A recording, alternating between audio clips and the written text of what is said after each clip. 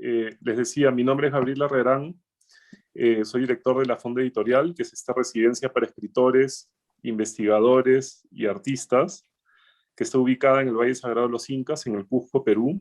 La Fonda Editorial busca descentralizar la actividad investigadora, literaria y artística fuera de las capitales de Lima y el Cusco, y mover estas actividades fuera también de las universidades y los centros académicos tradicionales para conectar el conocimiento con la calle, por decirlo de alguna manera. Con este conversatorio, Cuestiones de Género en la Minería Informal y la Trata de Personas desde la Antropología, comienza un ciclo de conferencias que se extenderá por todo el año que sigue. Esta mañana nos acompañan Víctor Hugo Pachas y Joana Rufiner. Ximena, ¿podrías presentarlos, por favor? Y ya pasamos directamente a las ponencias de cada uno. Perfecto. Bueno, buenos días a todos y a todas. El día de hoy vamos a escuchar a Víctor Hugo Pachas, quien es doctor en antropología, además de asesor del sector extractivo y manejo sostenible de recursos naturales, con experiencia multinacional. Es también investigador y escritor de artículos y libros sobre el uso de los recursos naturales de actividades extractivas de pequeña escala y pueblos indígenas. Su último libro es titulado Las lágrimas del sol, enigma de los espíritus dueños del oro, y ha sido publicado en el presente año. También contaremos con la presencia de Joana Rufiner, quien es doctorante de la Universidad de Lausanne, en Suiza, antropóloga de la Universidad de Antioquia, además de Colombia, y integrante del Laboratorio de Estudios de Ciencias y de Técnicas STS Lab de la Universidad de Lausanne y del Comité de Organización del Seminario sobre la Amazonía Subperuana del Centro Bartolomé de las Casas. Víctor Hugo, te escuchamos.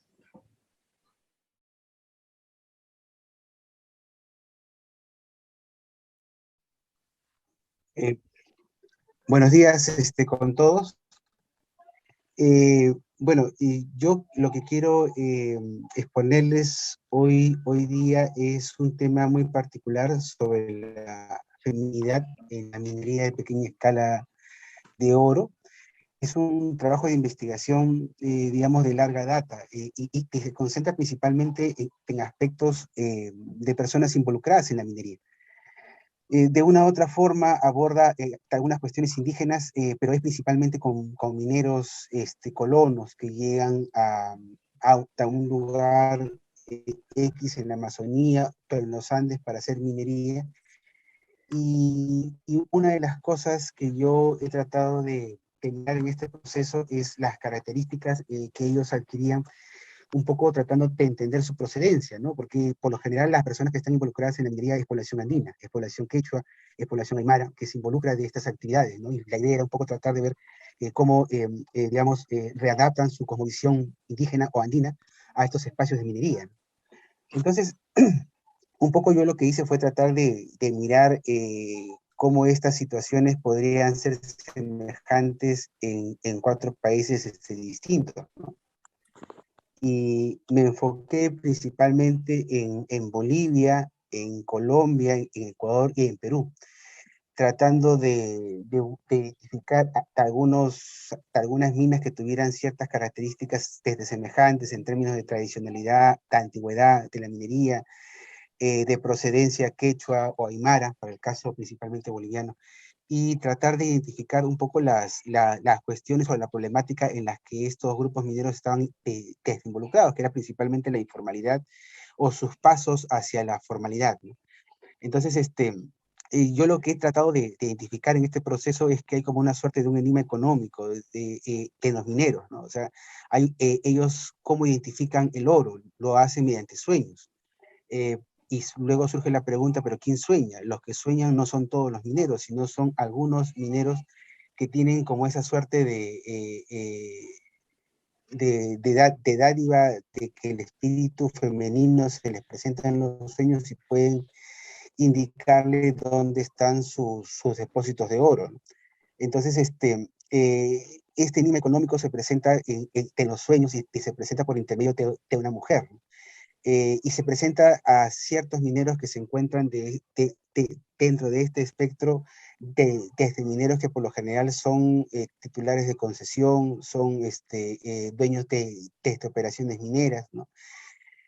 Pero no se presentan con los mineros de a pie, o sea, con el minero que trabaja en el día a día, ¿no? Sino que más bien con los líderes que tienen esta suerte de visión sobre identificar oro dentro de una concesión. Los mineros ritualizan este sueño mediante pagos, ¿no? Ahí surge como una suerte de superposición de la cosmovisión andina, entendido como la mamapacha con la tierra, con el oro, porque el oro es identificado como como un espíritu femenino, ¿no? Y que la mujer en los sueños es este espíritu, femenino. Entonces, este proceso es bastante continuo, ¿no? Y ahí, pese a que se considera la actividad minera en pequeña escala como una actividad estrictamente masculina, lo que yo he podido identificar en el proceso de esta investigación es que lo que hay es que hay una fuerte tendencia sobre lo femenino, sobre ritualizar lo femenino y sobre cómo tratar de, digamos, de capitalizar los roles que tiene la mujer para un minero que se encuentra por largas temporadas en una operación minera, ¿no? Ahora, dentro de este proceso, digamos, muy resumido que estoy haciendo, los mineros que sueñan como que adquieren todo un estatus distinto dentro de sus espacios cotidianos, ¿no? Y son vistos de forma distinta en una actividad minera que es sumamente conflictiva por la informalidad, por cuestiones de falta de financiamiento, para emprender las operaciones mineras. Todo un minero que sueña con oro, con identificar oro y que tiene esa capacidad, es visto como una persona que puede tener lazos o establecer acuerdos con otros para emprender una operación minera. Y eso es lo muy significativo que he podido identificar. Bueno, esto en resumidas cuentas, ¿no? Pero yo lo que voy a tratar de abordarle un poco es tratar de hacer algunas precisiones sobre la investigación que yo realicé, algunos antecedentes y teorías y conceptos que yo he podido recoger, que son principalmente ya los desarrollados en Bolivia, ¿no? Con Jundi Nash, entre otros personalidades de la antropología que han podido ver el espectro del mundo de los mineros, más ligado desde cuestiones del investigador como mujer aproximándose a una mina, ¿no? Y que lo que veía era unas cuestiones más que todo, digamos, de reproducción entre el minero y la mina, ¿no? Y ahora es un investigador varón que se acerca a este espectro y lo que observa es una mujer, finalmente, como lo femenino representado en el oro. Pero es bien curioso notarlo.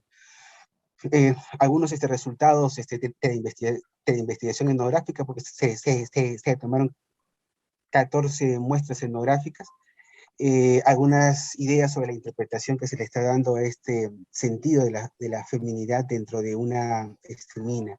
Y finalmente algunas conclusiones, digamos, que dan pistas para continuar con la investigación.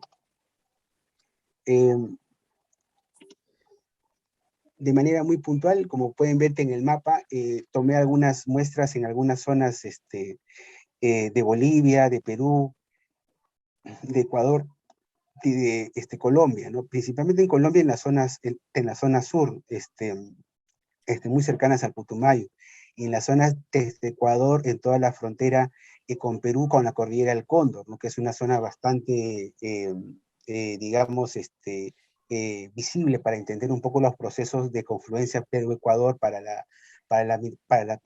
tema desde la minería informal y en algunos casos formales, ¿no? Y en Perú, la zona más que todo sur, de Arequipa, Ayacucho, ¿no? Y de algunas partes desde Madre de Dios, mientras que en Bolivia, más en la parte final del río Madre de Dios, en Asobal, y en algunas partes de la serranía de Bolivia, ¿no? Todos los casos escenográficos que yo he abordado, digamos que no he utilizado sus nombres puntuales de los mineros ni de las minas, por la temática sumamente delicada, ¿no? El tema, hablar de sus vetas de oro, que es hablar de la mujer en la mina, porque hablar de la mujer es hablar de sus vetas, implica mucho mucho cuidado, es un tema muy delicado por el tratamiento o por el valor que pueden tener, y esto sumado a la informalidad de cada una de las zonas, ¿no? Casi nadie te habla de sus vetas, de la capacidad que tienen de sus vetas, o cómo encuentran el oro, ¿no? Desde finalmente, porque finalmente todos podemos decir, bueno, hay oro en tal zona, pero el minero cómo lo encuentra, ahí hay un tema bien personal, bien particular, y todo lo que implica esta situación. Entonces, yo parto de tres preguntas muy específicas, pero también que se abren a tres temas sumamente complejos, ¿no? Primero, cómo se experimenta la secularidad en los países andinos de Sudamérica, ¿no? Que tienen presencia de actividades de minería en pequeña escala. ¿Qué pasa con la secularidad en estos países andinos? Principalmente en los espacios de minería en pequeña escala, ¿no?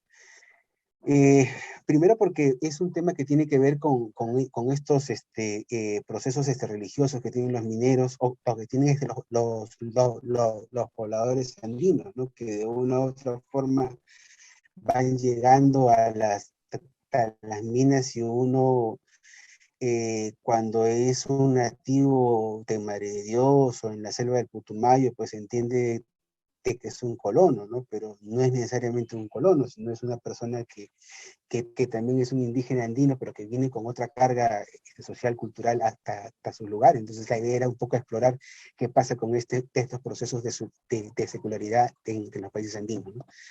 La segunda pregunta va un poco por la idea de cuál es el sustento cultural que tienen los mineros en pequeña escala, ¿no? O sea, cómo ponen en práctica su convivencia con la naturaleza y con su vida diaria. Los antropólogos que usualmente estudian los países andinos parten de la idea de que el poblador indígena vive en armonía con la naturaleza. Pero ¿qué pasa cuando este poblador de los Andes va a la Amazonía, tala el bosque, contamina los ríos? ¿Qué pasa con esta suerte de armonía con la naturaleza? ¿Y qué pasa con esta readaptación del mundo andino? Entonces, la idea de esta pregunta era de explorar estos procesos, ¿no? Tratar de ver qué es lo que encontramos un poco en campo desde los mismos sectores, ¿no? Y la tercera pregunta era un poco cómo es que se asemeja cómo se asemeja y se diferencia este mundo de las pequeñas sociedades, de los mineros en pequeña escala respecto a la sociedad hegemónica, ¿no? El mismo proceso que plantea el Estado de una u otra forma, digamos, cuando uno mira la opinión común y silvestre que puede tener cualquier poblador en Lima, y uno habla sobre una minería, habla de que todos los mineros son alcohólicos, son contaminantes, y que todas las mujeres de una mina, si no son prostitutas, son cualquier otra cosa. Entonces hay como una cierta estigmatización sobre este sector. La idea de esta pregunta era ver un poco cómo se asemeja y se diferencia estos procesos que de una u otra forma repercuten dentro de la informalidad de este mundo, y que de una u otra forma no es abordada desde los gobiernos y de las políticas de Estado de estos cuatro países, ¿no? Entonces, esta era un poco la estructura de lo que yo discutía en la investigación. Y un poco lo que yo iba viendo en el proceso era que en estos cuatro países gran parte de la población rural que se involucra en la minería en pequeña escala tiene un pensamiento basado en el establecimiento de acuerdos verbales. Como es un sector que está en el margen del Estado, los acuerdos verbales son críticos y son los principales que se establecen, ¿no? Principio que es producto de sus creencias en los espíritus que habitan la mina. Entonces, es un poco lo que yo veía, ¿no? Entonces, yo tomé 14 casos etnográficos, traté de ver un poco que esta etnografía me tomó bastante tiempo, porque hice el trabajo de campo entre el 2012 y el 2017, ¿no? Esta investigación yo la hice en el marco de mi tesis doctoral, y me tomó bastante tiempo el trabajo de campo, porque había que ir a las minas, había que recoger muestras, había que entender un poco los procesos, y mi trabajo, entre hacer el trabajo de campo y mi trabajo diario, iba un poco, digamos, tratando de sostenerme para hacer el trabajo de campo, ¿no? Entonces, en Colombia tomé dos casos puntuales, dos veredas en el municipio de Solano. En el Ecuador tomé tres casos entre actores entre mineros empleados de una mina, entre una asociación también entre mineros colonos y algunos shuar de la zona. En Perú, algunas zonas en el sur medio y en Madre de Dios, principalmente con chichiqueros. Y en Bolivia, 4 muestras, ¿no? Entre mujeres recolectoras, entre mineros de río, en Asobal, y entre otros mineros más de zona de los Andes, ¿no? Eh, Otra cosa que queda un poco más especificado es esta idea de cómo fui adentrándome en este proceso de marco conceptual que fui entendiendo, ¿no? Que un poco lo decía con este tema de la religiosidad o de la secularización en estos países andinos, ¿no? Yo me incliné un poco más por entender de que partía del hecho de entender el animismo andino, ¿no? Y a partir de eso tratar de entender cómo en los espacios familiares más locales esta moral se va interiorizando, ¿no? Pero es un poco más privada, ¿no? Y va surgiendo como una suerte de comunicación un poco más sobre lo animista, ¿no? La bibliografía que he revisado es bastante en Bolivia, principalmente sobre la religiosidad en una minería, hay bastante. Uno puede encontrar desde Boisé hasta Tristan Plath, Nash, entre otros, ¿no? Toussaint, entre otros. Pascal Asby también tiene varios textos, que en Perú, desde Salazar, ¿no? Que tiene bastantes textos sobre la mina, el muqui, etcétera, y cómo se reproduce. Hay bastante literatura sobre el tema para entenderlo, pero digamos, lo particular en lo que yo he tratado de ver es que la mayoría de estos estudios no identifican lo femenino, ¿no? Sino que más producción social, ¿no? Lo que yo veo es que el minero entiende lo femenino en la veta del oro y que a partir de esa vinculación comienza a tejerse cómo tratar de entender las relaciones que este puede establecer con sus coetáneos en un proceso un poco más complejo. Entonces, cuando uno ve todos los actores de la cadena de valor de oro, y cada uno tiene desde diferentes situaciones en torno a los espíritus del oro, ¿no? Desde los recolectores como los chichiqueros, los jancheros en el Ecuador, o las payidis en Bolivia, ellos están más vinculados con espíritus menores desde la mina, ¿no? Como la chichica. La chichica es entendida como la hermana menor de la gringa o de este espíritu mayor que representa una beta más fuerte dentro del espacio de una mina, ¿no? Entonces, estos recolectores o chichiqueros o payaqueras lo que ven es esta recolección de estas chichicas, ¿no? Ya los mineros que son empleados de una mina tienen más contacto con un espíritu masculino, ¿no? Que es el muqui o el chinchinico. En algunos casos que en Bolivia se confunde el muqui con el tío, pero tienen espectros distintos. El minero invitado en una mina está más relacionado con el espíritu mayor, o sea, con la gringa, que adquiere diferentes nombres en diferentes minas, ¿no? Fátima, Laura, adquiere diferentes nombres, y el minero le da el nombre según la vinculación que puede tener con un pariente cercano, con un amor olvidado, etc. Entonces son los espíritus que están vinculados principalmente con los productores y cómo estos van tejiendo su mundo social, ¿no? Ahora, los casos que yo he visto de esta suerte de cómo se reproduce esto con la asociatividad productiva, tanto para los acuerdos como para tratar de solucionar conflictos, los he visto, como les decía, en 14 casos en Bolivia, en Colombia, en Ecuador y en Perú, ¿no? Con diferentes asociaciones y con diferentes contextos de informalidad y de formalidad, ¿no? Gracias por compartir. Ok, Gracias. entonces me quedé en esta parte, disculpen la interrupción, pero por achicar la pantalla me salí del internet. Les decía que en este proceso de investigación 4 cosas yo rescato. Primero, entender al minero, o entender a estos espíritus dueños del oro no como una camisa de fuerza para el minero, sino que el minero transita por diferentes códigos, ¿no? Es un minero que, por ejemplo, está en una comunidad como Quipicanchis en Cusco, y allí pues cree en la Virgen del Carmen, hace todo su proceso con ellos, pero cuando está en la mina, su proceso es de creer en los espíritus que son dueños del oro, creen en las vetas, creen en ese proceso, ¿no? y cuando llega a Lima, este mismo minero se hace un poco más secular, ¿no? O sea, en la forma de sus creencias, ¿no? Esa es una primera idea clave, ¿no? Lo segundo es que esta suerte de espacios mineros se han estructurado en base al sistema de parentesco.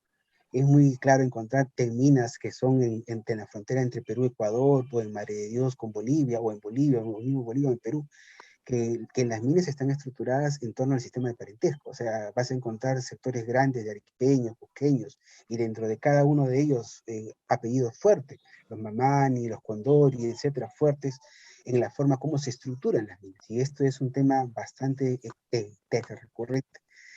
Tercero, que la mujer digamos, es el símbolo dominante en la minería en pequeña escala, pese a que se puede entender que es una actividad estrictamente masculina, con fuertes índices de género, digamos, o con fuertes brechas de género, ¿no? Pero el símbolo dominante es el femenino y que está presente en los mineros. El tema es que quizás estamos entendiéndolo de una forma muy distinta. Cuarto, que bueno, hay acuerdos de los mineros que son muy sólidos, pero también hay incumplimientos de estos acuerdos, y lo cual ocasiona los principales conflictos que uno puede entender en esta temática, que son bastante recurrentes, ¿no? La informalidad, toda esta suerte de cómo abordar el tema es una suerte bastante compleja, porque no se trata de comprender con un poco de detenimiento de lo que trata este proceso. Muchísimas gracias, Víctor Hugo, especialmente por esta invitación a pensar cómo las sociedades pueden transitar entre distintas aproximaciones religiosas, ¿no? Y formas de entender el mundo, y sin por ello que éstas sean sistemas cerrados, ¿no? Sino al contrario. Bueno, entonces muchas gracias. Te pediría que por favor, Víctor Hugo, hicieras host a Joana para...